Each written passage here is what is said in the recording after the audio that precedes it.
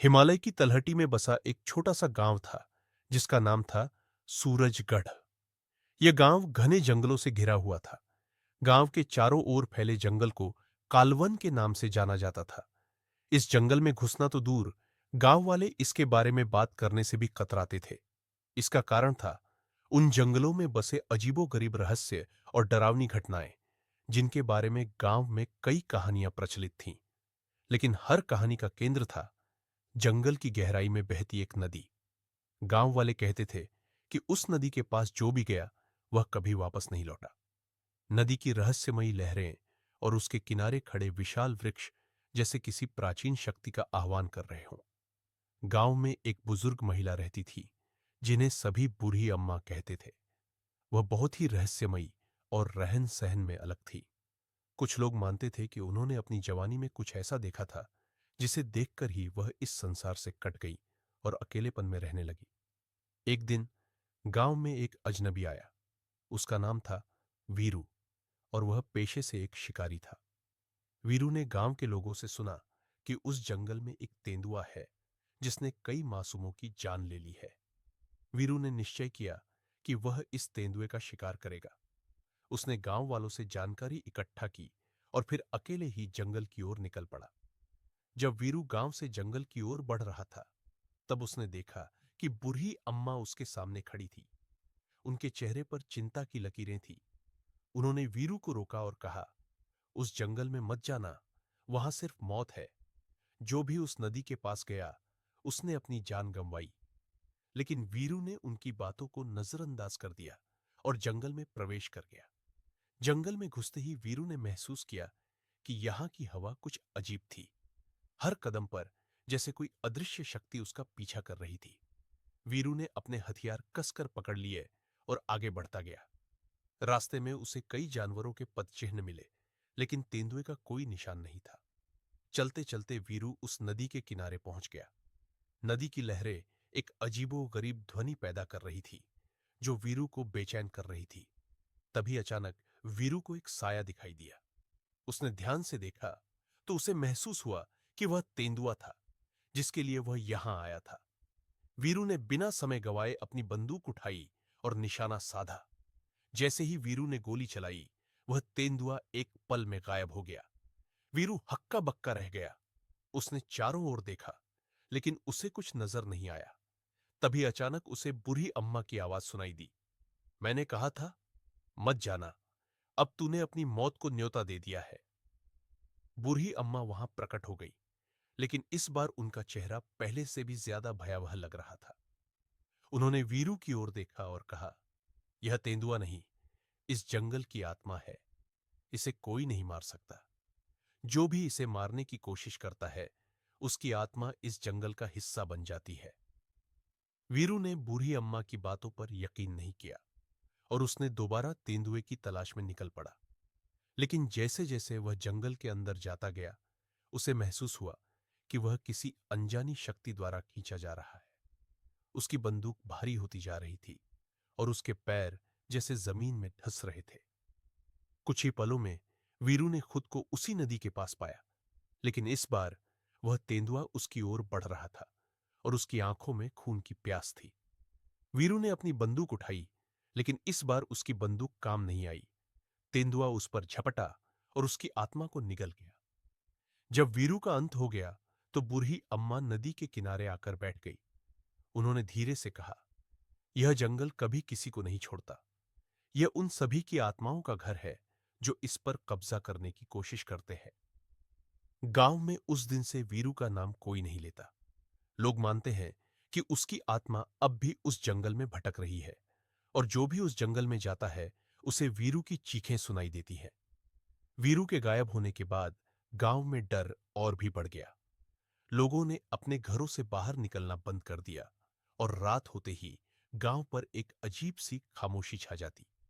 बूढ़ी अम्मा के बारे में भी गांव वालों के बीच चर्चा शुरू हो गई।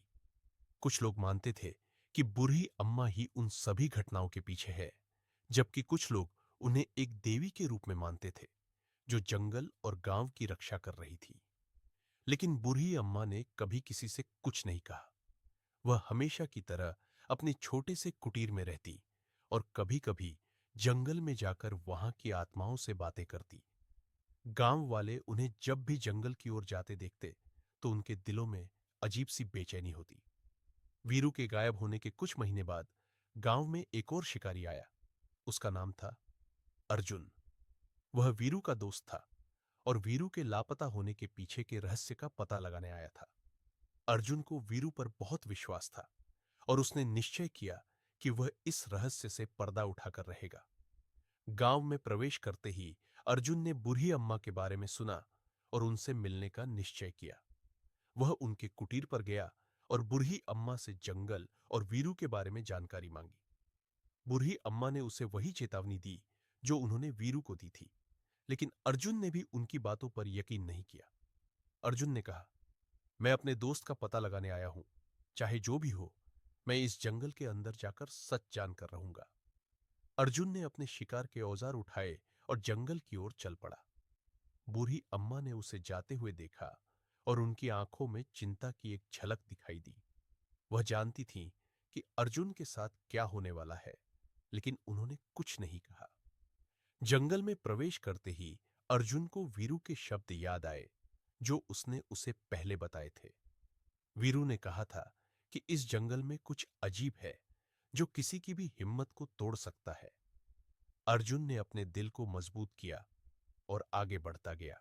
जंगल के अंदर चलते चलते अर्जुन को वही नदी दिखाई दी जिसका जिक्र गांव वालों ने किया था। लेकिन उसके पास पहुंचते ही अर्जुन ने कुछ अजीब महसूस किया। उसे ऐसा लगा जैसे नदी की लहरें उससे बातें कर रही हों। उसने अपने कदमों को धीमा किया और चारों ओर देखा। तभी उसे अचानक तेंदुए की आवाज सुनाई दी। अर्जुन ने अपनी बंदूक उठाई और चारों ओर देखा। तेंदुआ उसकी नजरों से ओझल था, लेकिन उसकी उपस्थिति अर्जुन महसूस कर सकता था। अर्जुन ने अपनी जगह पर खड़े खड़े इंतजार करना शुरू किया। तभी अचानक तेंदुआ उसकी नजरों के सामने आ गया। अर्जुन ने निशाना साधा और गोली चला दी, लेकिन तेंदुआ हवा में गायब हो गया। अर्जुन हक्का बक्का रह गया। तभी उसे बूढ़ी अम्मा की आवाज सुनाई दी, तूने जो किया है उसका अंजाम तुझे भुगतना पड़ेगा। अर्जुन ने बूढ़ी अम्मा की आवाज को नजरअंदाज किया और तेंदुए की तलाश में आगे बढ़ गया। लेकिन जैसे जैसे वह आगे बढ़ता गया, उसे महसूस हुआ कि जंगल की हवा भारी होती जा रही है। उसकी सांसें तेज होने लगी और उसके कदमों में रुकावट महसूस होने लगी। तभी बूढ़ी अम्मा प्रकट हुई। उनके चेहरे पर गुस्से की लकीरें थीं। उन्होंने अर्जुन से कहा, तूने मेरे जंगल को चुनौती दी है। अब इस जंगल की आत्माएं तुझे सजा देंगी।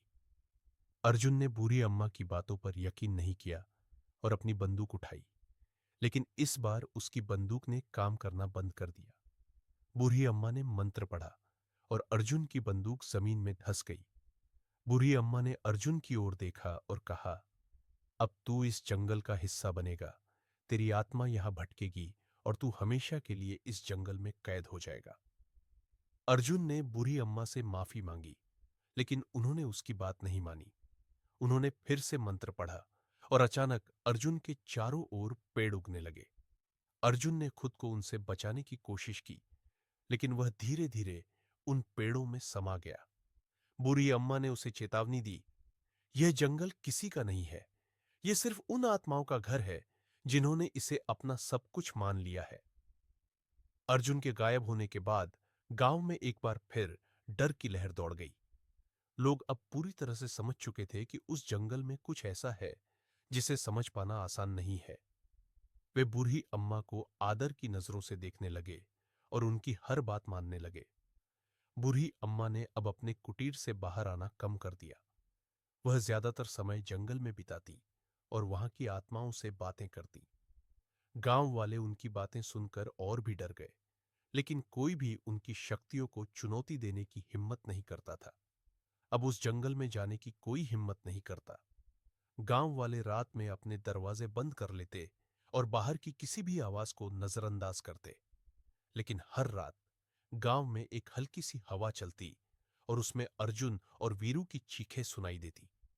लोग मानते थे कि वे दोनों अब भी जंगल में भटक रहे हैं और उन आत्माओं का हिस्सा बन चुके हैं जो उस जंगल की रक्षा करती है।